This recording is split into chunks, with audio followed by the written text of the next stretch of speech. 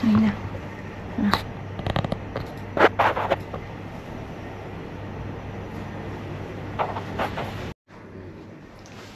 Good morning guys. Vlog takeover muna tayo. So officially day 1 dito sa Hong Kong. na ano siya. Ay, gisa na yung huwag ka nang nag-shit. Paano hawak yan ng camera mamaya? Wala.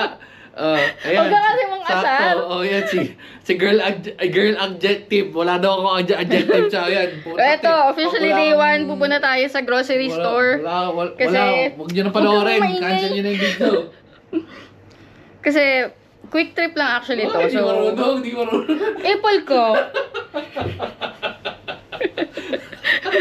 So, bawat oras malaga. Pumunta tayo sa grocery para bumili mo pa sa lubog. Okay. So, essentials muna. Yung mga dadalhin. Unang-una, kailangan rin ng bag. Kasi, sa lahat na lang ng bansa na napuntahan namin, may bayad yung mga plastic bag. So, natuto na ako.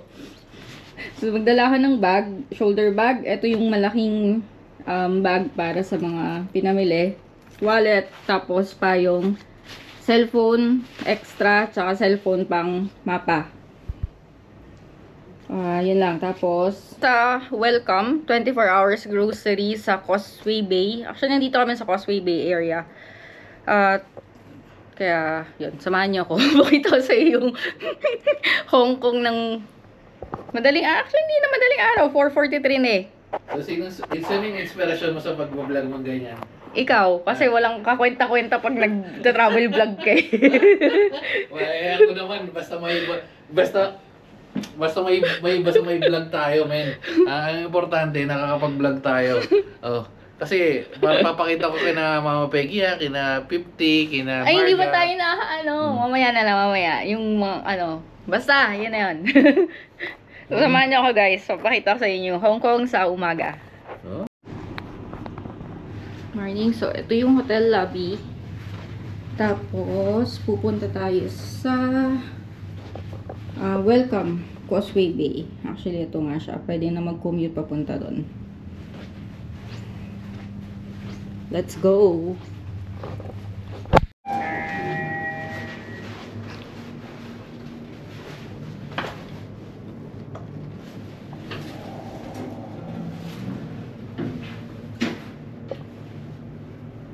Outfit check, Crocs para sa mga 28 steps. Pants and Uniqlo, Airism. Bale, tayong first floor. Tapos, sabi dito, maglalakad 4 minutes. Tapos, sasakay ng bus. Tapos, maglalakad 3 minutes. Tapos, nandun na sa grocery.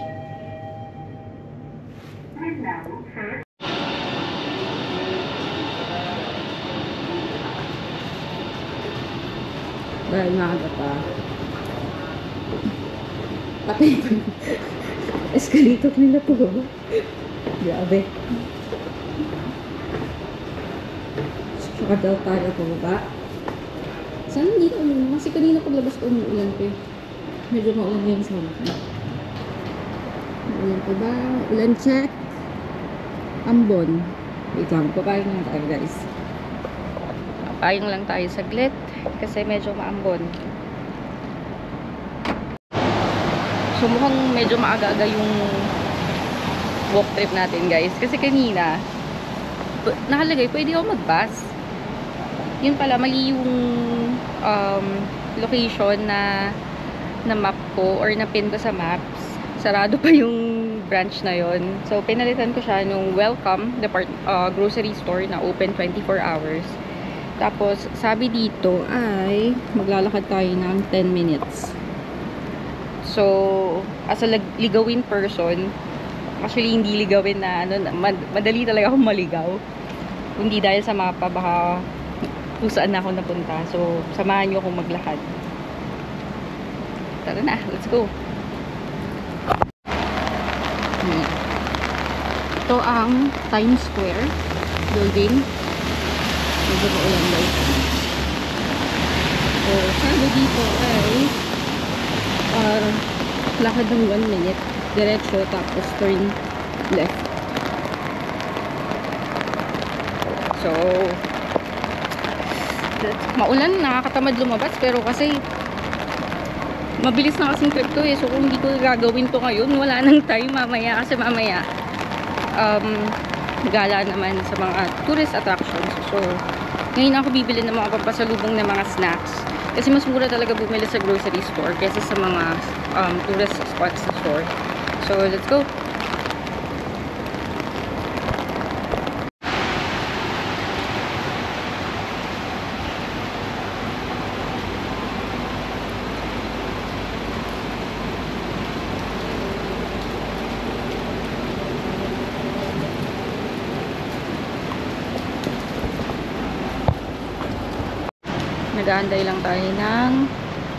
Nag-aantay lang ng ano, ng go ng stoplight. Tapos sasakay, tapos mag-overpass tayo. Ayun, go na.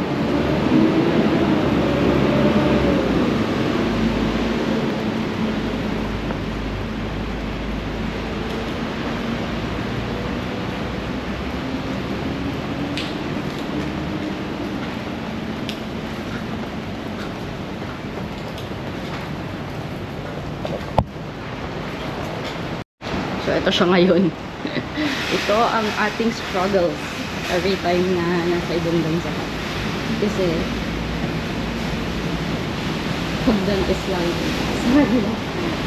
So, syempre, dahil gusto natin mag-travel sa lokal, magkahagdan din tayo na choice.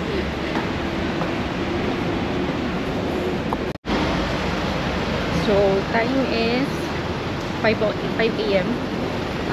Ito, MTR station to. Sarado pa. Kasi alam ko pa nga, parang 6 a.m. yata nagbubukas yan. Tapos, 5 a.m. Dito pa yung nag-start. Yun ang usually most ng mga stores dito sa Hong Kong. Ito may mga nagde-deliver ng mga gamit, mga supplies para mag-open ng store. So, maaga din sila gumigising. Yan, nandito na tayo. Lakad ulit. Medyo hiningal ako. Medyo malayo kasi lecheng hagdan yan eh. So, lalakad daw ng 2 minutes tapos ligo.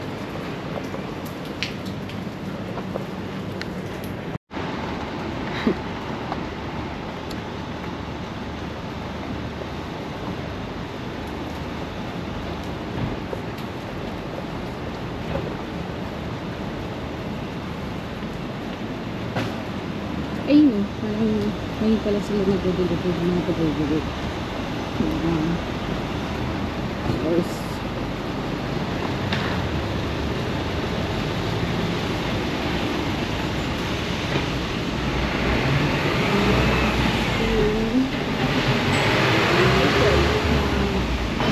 MTR.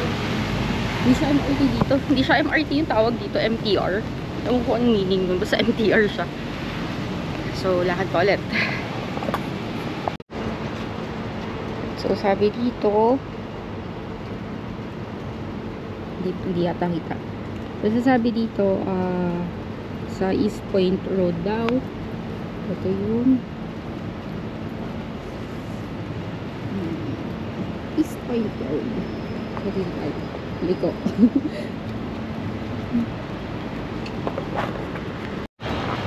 So, yun. Medyo nakikita ko na yung sign niya. Welcome grocery store. Actually, medyo naligaw nga ako. Mali pa yung nababaan ko dun kanina sa overpass. Pwede na pala akong bumaba dun sa gilid kasi parang diretso na lang yun. Tapos umikot pa ako. So, again, huwag niyo akong gagayan kasi ligawin. Ayun na siya.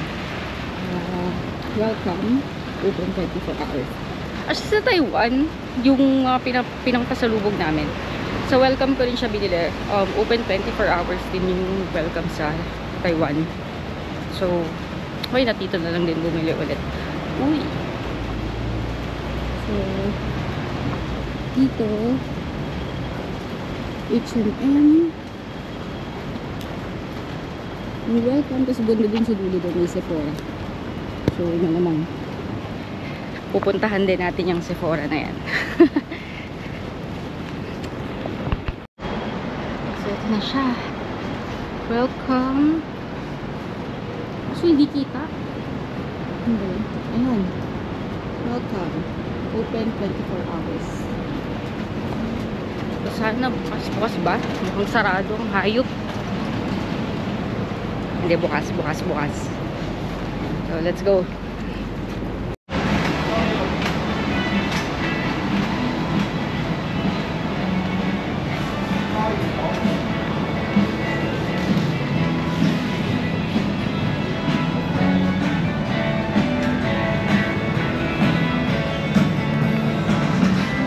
Na tayo sa loob ng grocery kasi parang kakadating lang yata ng mga paninda nila, yung mga fresh na stocks nila kasi medyo puno pa yung mga stante. So dito tayo sa mga chicheria, sa mga snacks.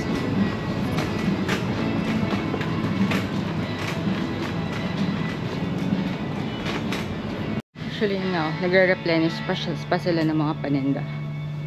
So, marami pa mga boxes. Maaga pa naman kasi.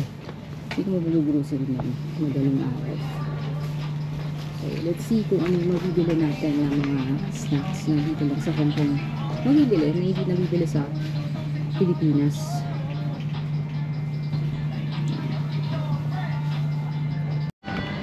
So, napadaan tayo dito sa canned goods. Tapos may nakita ako. Maling na ham, luncheon meat. Tapos, ito is pork luncheon meat. Kasi yung maling sa Pilipinas, chicken yung luncheon meat nila. So, bibili tayo nito para sa sarili natin. Actually, nakasale nga siya. 3 for $30. So, Hong Kong dollars yan. So, si Master Jap na bahalang mag-compute kung kano yan. Kasi taga-bili lang naman ako. Siya ang taga-bayad. Ito, kailangan natin bumili para sa mga magpapasalubungan natin ng senior. Kung ano yung kape ng Hong Kong. So, ano ba dyan? Kasi alam ko itong Old Town. Alam ko mayroon ito sa Singapore eh. Ito yung pinampasalubong sa Singapore.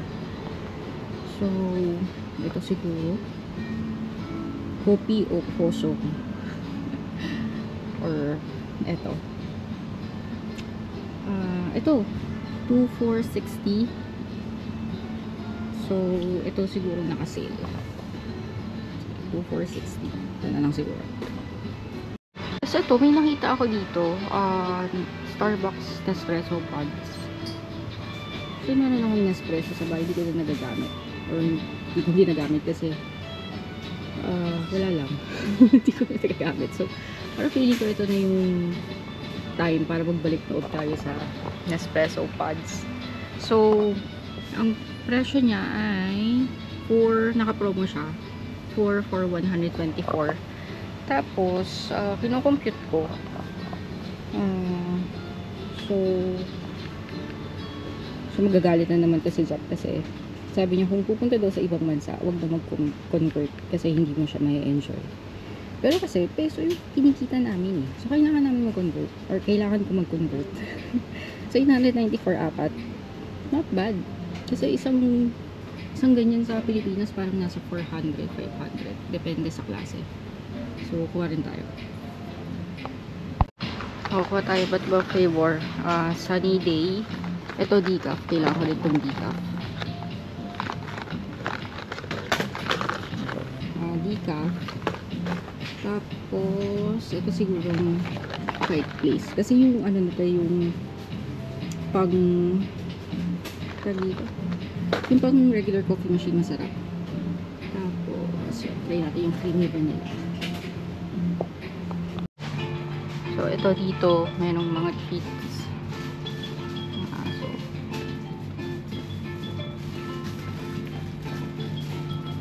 So, bibili natin sila Marguerite, si Manong, si Ricky, si Pute, si Bona, si Letlet, si Mama Peggy. Ngayon ako nakita dito, Godiva Chocolates. Fairness Godiva Chocolates sa kabit. Sinusupermarket lang nila.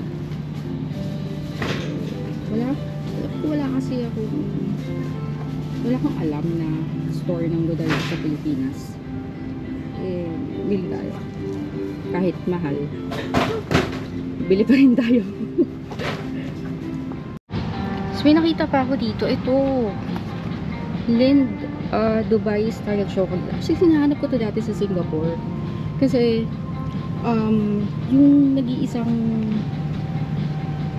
store ng Lind outside ng Switzerland or outside Europe ay nasa Singapore lang. Kuha tayo. Parang yung mga pinamimili ko, parang personal consumption na huwag na kaya magpasalubong. Para sa akin na lang kaya yung bili natin. Pero yun, magpapasalubong pa rin tayo kahit konti. Tapos, ito na yung nabili ko eh. Tama na siguro ito muna for today. Pabalik na lang ako bukas. Kasi baka mamaya hindi ko naman kaya iuwi. Maglalakad lang tayo. Pabalik sa hotel. So, tama na muna ito. So guys, ito na ang ating pagmalakasang shopping bag. Kasi galing pa to dati sa Axel Shore. Hindi pa ako nagtatrabaho. So, ito gagawin natin. Yung pinamili. Ang total natin ay 517.70. So, times 7.20 for current exchange rate. Hindi ko alam kung magkano. Tapos sabi nga nila, heads up, what magpa-convert.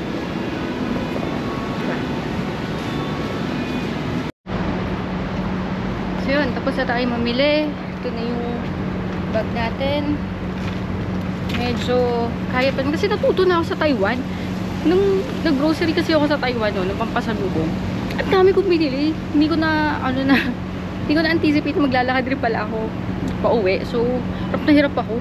Pero buti na lang kasi medyo malapit yung yung grocery store dun sa tinutuloy naming Airbnb. So, medyo madali lang. Pero kasi ngayon, medyo malayo siya eh. So, parang 10 minutes walk. Tapos, dagdag ko pa yung ligaw. So, quick update lang or quick tour lang sa area. Ayun. So, ito yung Sephora. Kasi itong Causeway Bay, more on shopping district kasi siya. So, Windsor House, Muji, ayan, yung Fashion Walk building yung dati. So, welcome.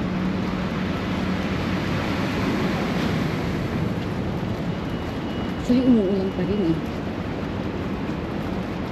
Pero, medyo minty na. Tapos meron pa silang ganito. Yung mga phone or ano tawag dyan, landline. Yan yung ganinang dito sa airport. Pero yung kipag-awit sa landline dito sa airport. Ayan, H&M. Sisters. May 7-Eleven doon. Ano to? Pakya kaya tapos ng mall.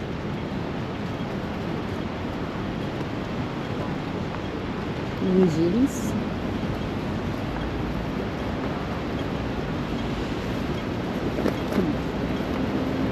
Papayin lang. Baka naman kasi magkasakit tayo eh. Hindi natin ma-enjoy ang passion. Ito. Yung jeans. Or magpapanty mo. Transition. Yung jeans. It's joke yun. Pagbabasahin mo. Blush. Kasi alam ko ito yung Sogo na mall. Ito, itong building na to. Ay, na fashion walk building pala. Tapos ito, starts in key.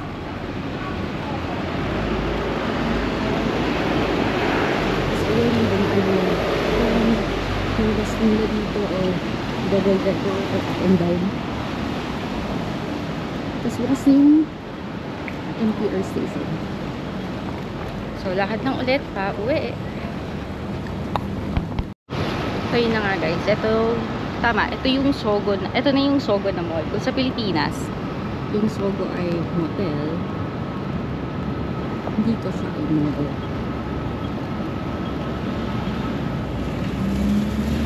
Ito yung building. Cool.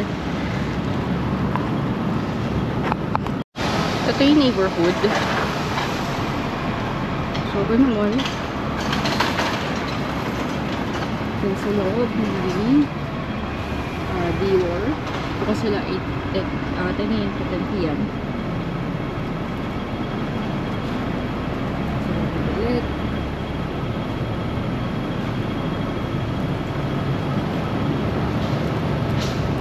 Oh my. What is it? Saint Laurent. Hindi yung ano doon. Pronunciation. Saint Laurent. Sa Pilipino, Saint Lawrence. Saint Lawrence.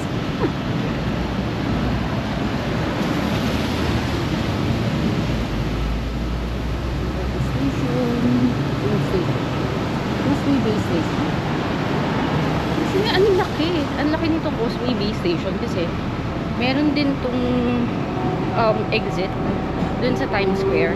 Yung exit sa Times Square, yun yung malapit sa hotel namin. Pero meron din pala dito sa Sogo. Tapos sa iba't ibang mall.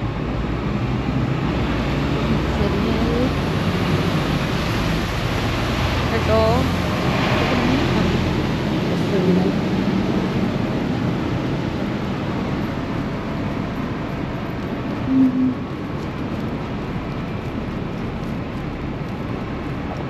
Isang piece ko dito.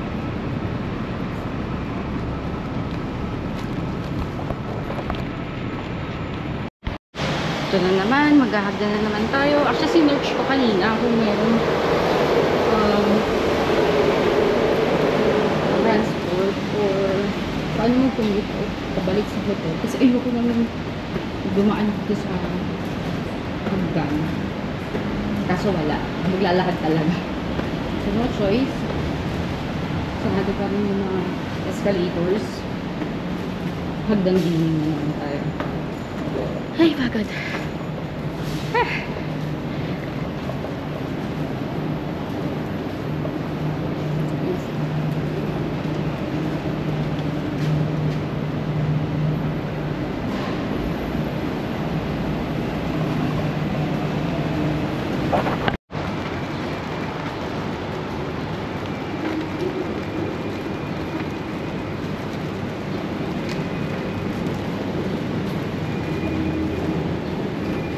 Guys, meron pa rin silang prom dito sa Hong Kong. Alam ko meron yan dati sa sa Intramuros, mga kabanhunan galing reconstruction. Pero nawala na. Kasi binamba ng Japanese si Intramuros o Manila. So, ito. Ito siya. Ito yung tram. Parang mini train. Parang ito. Magpapano siya bukal. Kasi parang mini train. Sa akin yun. Okay, let's go. Hindi na. Dami kasi yung hagdan. Nakakainis. So, ito na ang Times Square.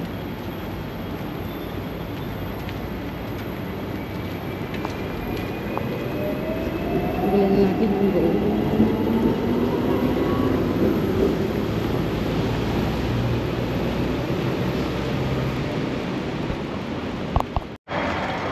So, pabalik na ulit tayo sa hotel. Medyo maliwanag na. Very na. May dilim.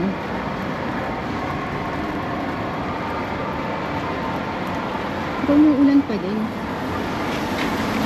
Kanini, tuloy-tuloy yung ulan. Kaya pati para masaya yung gala.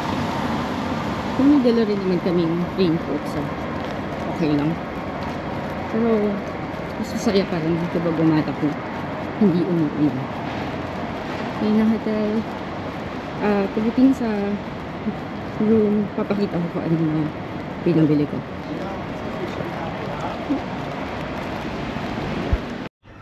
Yan, nandito na sa hotel room ulit. Quick call lang. Ang pinamili. Ayan. Natutumba.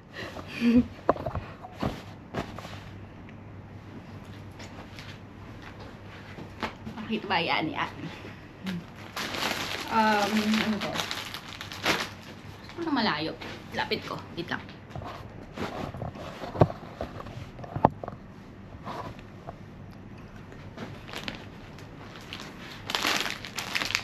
So, lemon flavored cream sandwich. Malkis crackers. Pang merienda pag may shift.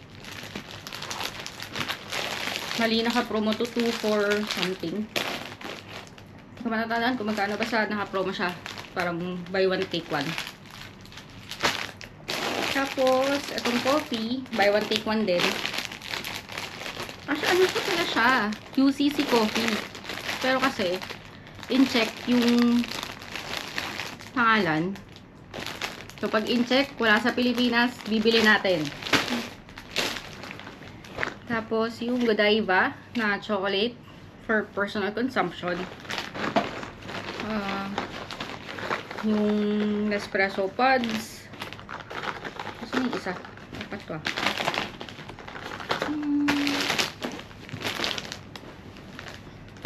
ito. 4 for 124. So, flavor, creamy vanilla, sunny day blend, Pike Place roast. Tested na to, masarap to. Tsaka espresso roast. Decaf. Tapos, treats ng mga babies. $18 yata isa nito. Hindi ba talan? Tapos, yung Lind Dubai chocolate na hinahanap ko sa Singapore noon na hindi ko nakita. Dito nakita ko na siya. Tapos, ay hindi pala siya maling. Mali yung nabili ko. Yupin King. Ay, kumaling. Mali. Yan mo na nga. So, ito. Yupin King pork luncheon meat. 3 for 100. 3 for 100 ba? Hindi ko matandaan. Kasi sabi nga, wag daw ako mag-convert. Sabi na nung isa yun nandun na. Sige na guys, okay na yan. Mamaya ulit pag gagala na. Babush!